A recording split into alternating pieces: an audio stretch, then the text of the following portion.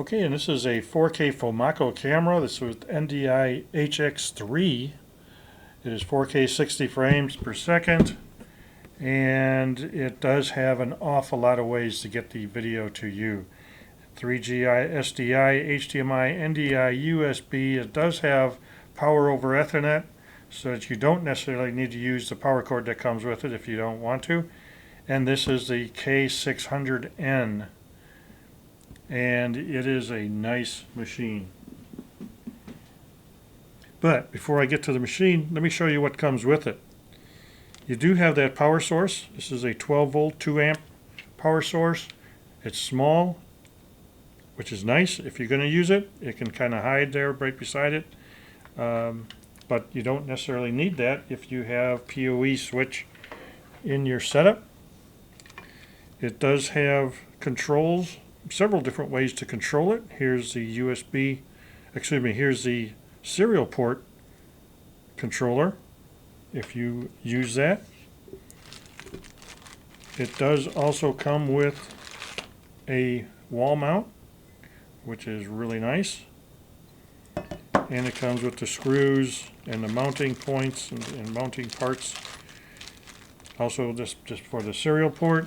And then it comes with a USB cable, and this is that USB-B version of the cable. So this is what goes in there. There is actually, let me show you, I'll show you another USB port, and I'm still trying to confirm what that is for. And then it comes with a really nice manual. FoMaKo manuals are very nice. I still wish they would put the model number on them, but hey, they are nicely done here. So has a lot of information in. So definitely read up on all this, on how it all works, and it will definitely help you out. Now let's get to the camera. It does have a warning on it that you don't want to turn it around or flex it around too much manually. Obviously it's going to, but you want to minimize that as much as possible. It does come with a cap on it. And so when you look at the front, you have power and status. It is a nice sleek looking machine. And you will have along here, you'll have the IP address and what the output is while you are showing. So it'll read that constantly for you. Turn this over gently. And let's look at the back here real quick. So just looking here at the bottom, you do have a reset point. So if it ever just completely doesn't want to work, there's a reset right there. USB 3.0 for taking video from here. You can actually plug that in, plug it into your computer, and this will work as a webcam for you. And that's actually a pretty good way to get the IP address. If you can't get it, it might be in 4K. If you're not capable of dealing with 4K on your whatever video screen you're looking at, that might be the way to do it. Plug that into your computer, bring it as a webcam, use your camera app, and you should be able to see it. And then you can bring up the menu and see where you're at. HDMI out. Here's your 3G SDI. Now 3G SDI is basically 1080p. So if you want the 4K, you're going to need to use the HDMI for that. LAN for your NDI and control of the camera. You do have your serial controls here, which is a pass-through, so you can do in, out, and you can continue, and you can daisy chain several together. And the same thing, here's some more controls here. I won't be using those. I do pretty much everything through the network LAN controls. Here's your power supply in and your on-off switch, which is always nice to have. So let's take this to our church, and we'll see what it does. All right, I repositioned the camera on the tripod to the back of our church. This is about 75 feet stepped off to the altar, and we are seeing this via a 150-foot HDMI, fiber optic HDMI cable, which I really enjoy using when I'm doing things like this. I use HDMI over Ethernet when I'll eventually have it set up through the building, because I have the Ethernet already built into the walls. So I can reuse those, and it works out really well that way. But this is, again, HDMI, and it is also coming in NDI. And even though I have a ATEM Mini Extreme which does not have NDI input, it's HDMI only, I have it going through my Zowie box decoder from NDI to HDMI, and you can see it right here. It's the exact same picture, just coming from two different ways of getting that video to the ATEM Mini Extreme. It works out really well either way. I also have this already connected to my FoMaKo PTZ camera controller, and that was as simple as hitting the search button. I knew the IP address because as soon as I plugged it in, the DHCP was turned on. It automatically selected an IP address on my network. I was able to confirm that on my PTZ controller, and I selected it. This is coming through Visca over IP, and it just really does a lot of good control. And you can see I have control right now with the controller using the joystick that's built into it.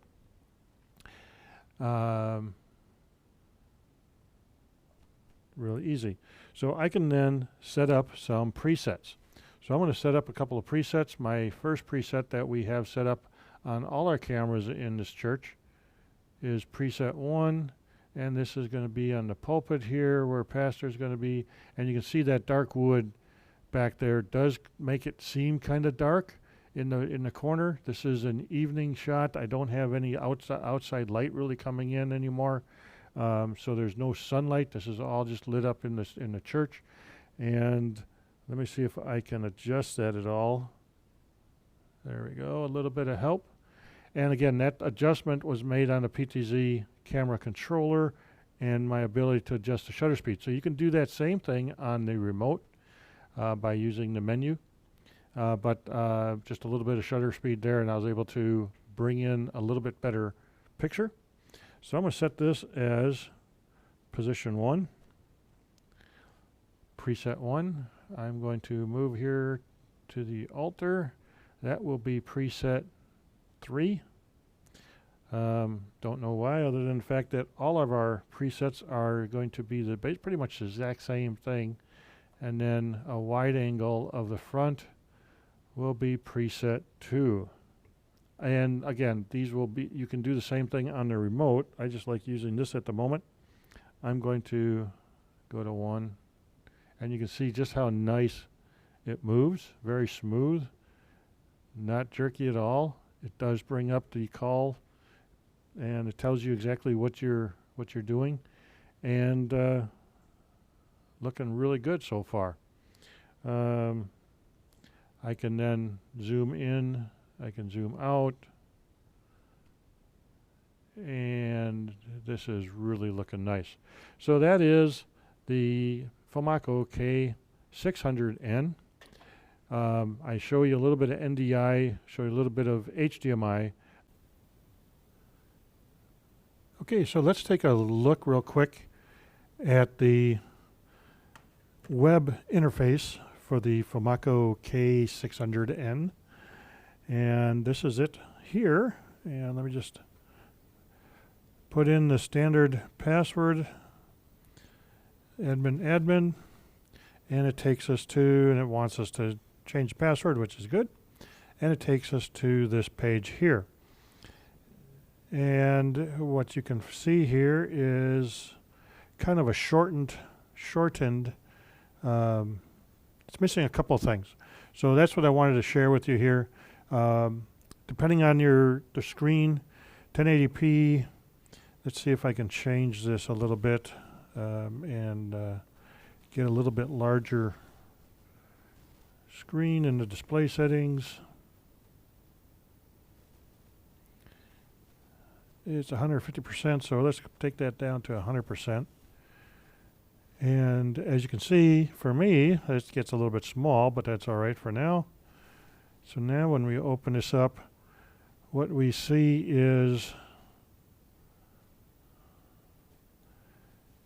especially in AI tracking, are some additional menu items. So my problem before was I couldn't find this two pair, and the only thing I had was the monocular tracking, but I didn't have the option of choosing that. When I change the screen settings a little bit, it brings that up, and you can see that, and you can see that there's more settings there. So I'm going to talk about these, and I'm going to turn this human frame back on, because during auto tracking, that will be an issue if you are using NDI to record. So let me bring up NDI, and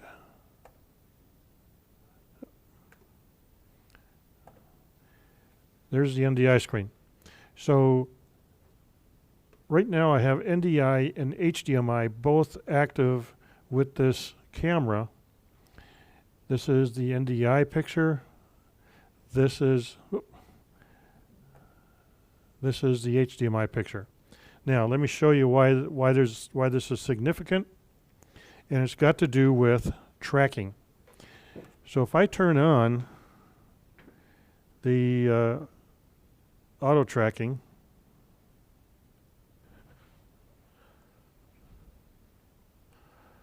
okay, there it is.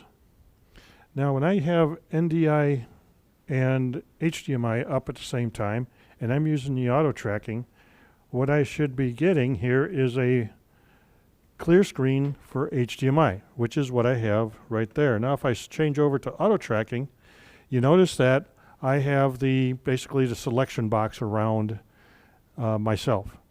The significance here is that NDI will not let this go away. I can't get this to go away. I also can't get this to go away in any kind of screen for the let me bring up the web access again. Okay, and if I go to web access, you'll see it's there also. HDMI is clean. What's nice about that is if I'm controlling this with the web access, the web interface, and I'm not using NDI to record, but HDMI is recording, it's a clean recording. So I can leave this up and continue to select other people. If there's more people up there, I can select that. But this allows me to always see who is selected at what time. So that's great. The problem is if you're recording with NDI, this is what you're going to see, unless you come down here to the advanced settings, which again I couldn't get to until I went to 100%, and turn off the human frame. You can see it turned it off. So it's no longer here, and it's no longer here either, which is the NDI. And you can see it's still tracking, but now I have a clean frame for NDI. So that's one of the things that I was having a real hard time figuring that out till I discovered that my computer needed to be a larger screen there so it would bring up those extra menu items. The other thing that I really like about this, and I got to remember where it was. Okay, so right here. So the other thing I like about this is that at this location right here, if you go down to System and then come up to Attribute, you can see here that you can change your remote control numbers. So 1 through 4, since you have four pictures or 4 options on the remote here, cam 1 through 4, you want to be able to select your cameras. Not everybody sets it up so you can select those and make those cameras different each time. This works with another FoMaKo that I have in 1. This works with this one, which I easily changed to number 4 because that's what because I wanted to do that. So it allows me to change it to number 4, put a name on it, and so that's really easy. It's probably the easiest I've ever seen the ability to change a camera number so that you can select more than one camera on the remote control. This is got them hands down the best I've seen. I've never been able to find that before. I'm going to have to go back and look at some of the other ones, but I haven't been able to find it. So those two things are really different from the rest, and those are worth looking at and trying out. NDI, you can enable HX3 if you can handle it. I'm not sure exactly what that does beyond regular HX, NDI-HX, but system output right now is 1080p 60, which is the best. This will, this will do 4K, but one of the things with 4K is you've got to be able to use it. So I can't use 4K into my A10 Mini Extreme. So I'm not going to be setting this up in 4K because I can't bring it into the the A10 Mini Extreme. It would shut me down. So that's why I'm running at 1080p. You can bring audio line in, and you can attach a microphone if you have a 1/8 inch jack or a 3.5 millimeter jack for a line in. You can do that. You can also do a mic in also, so you can do either one into there. And the nice thing about that is it allows audio to come through the video, and I can then bring it in audio on here, and it should be linked up. It's obviously linked up directly with the video as it comes in, so you don't need to worry about lag with the audio versus the video. You can set up the network if you want, and you can turn DHCP off, which is right here on the network. And of course you can go to system, which is what I was talking about before. This is where you can bring in the update files, the attributes, username, so change the admin password here once you get it all figured out. I get in here so many times I just leave it up the way it is. So let me do some tracking here and see if I can get it to do a few things. All right, so right now I have auto tracking on.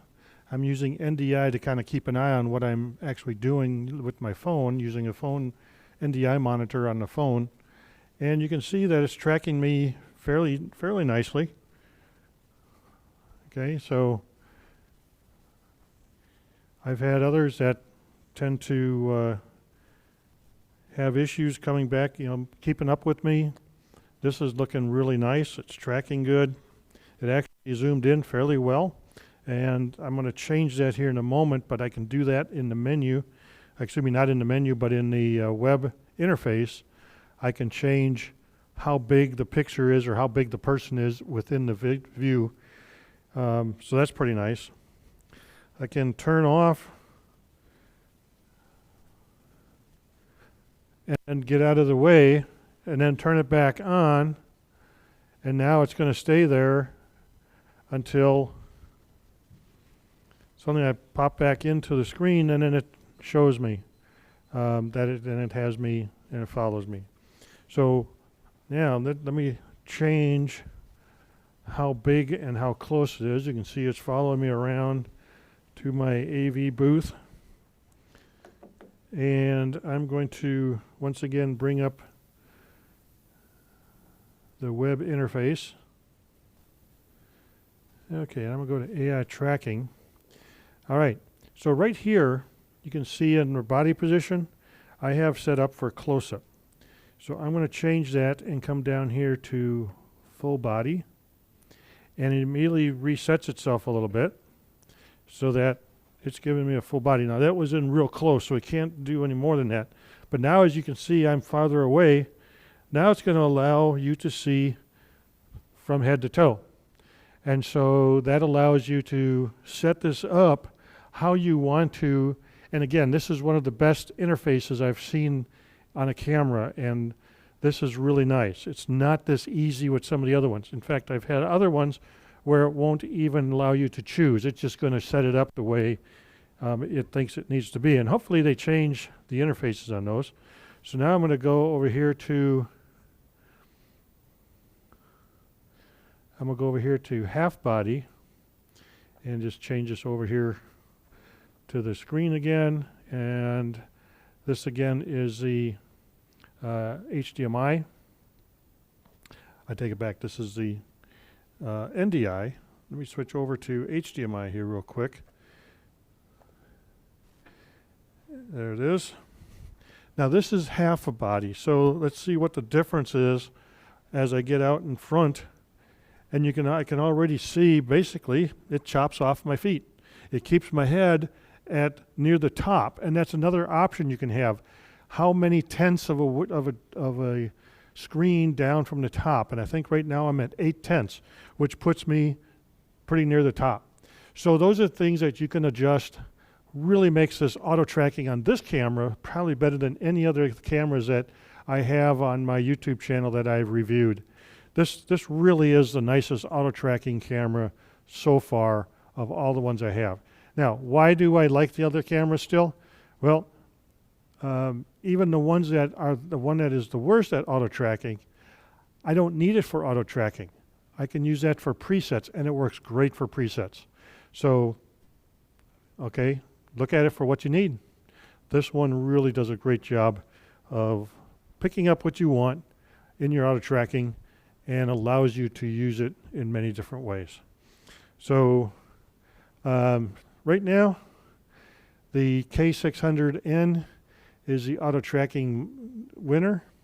The web interface is better and more precise, allows me to do things on here and select things on here that I really have never been able to select with other cameras.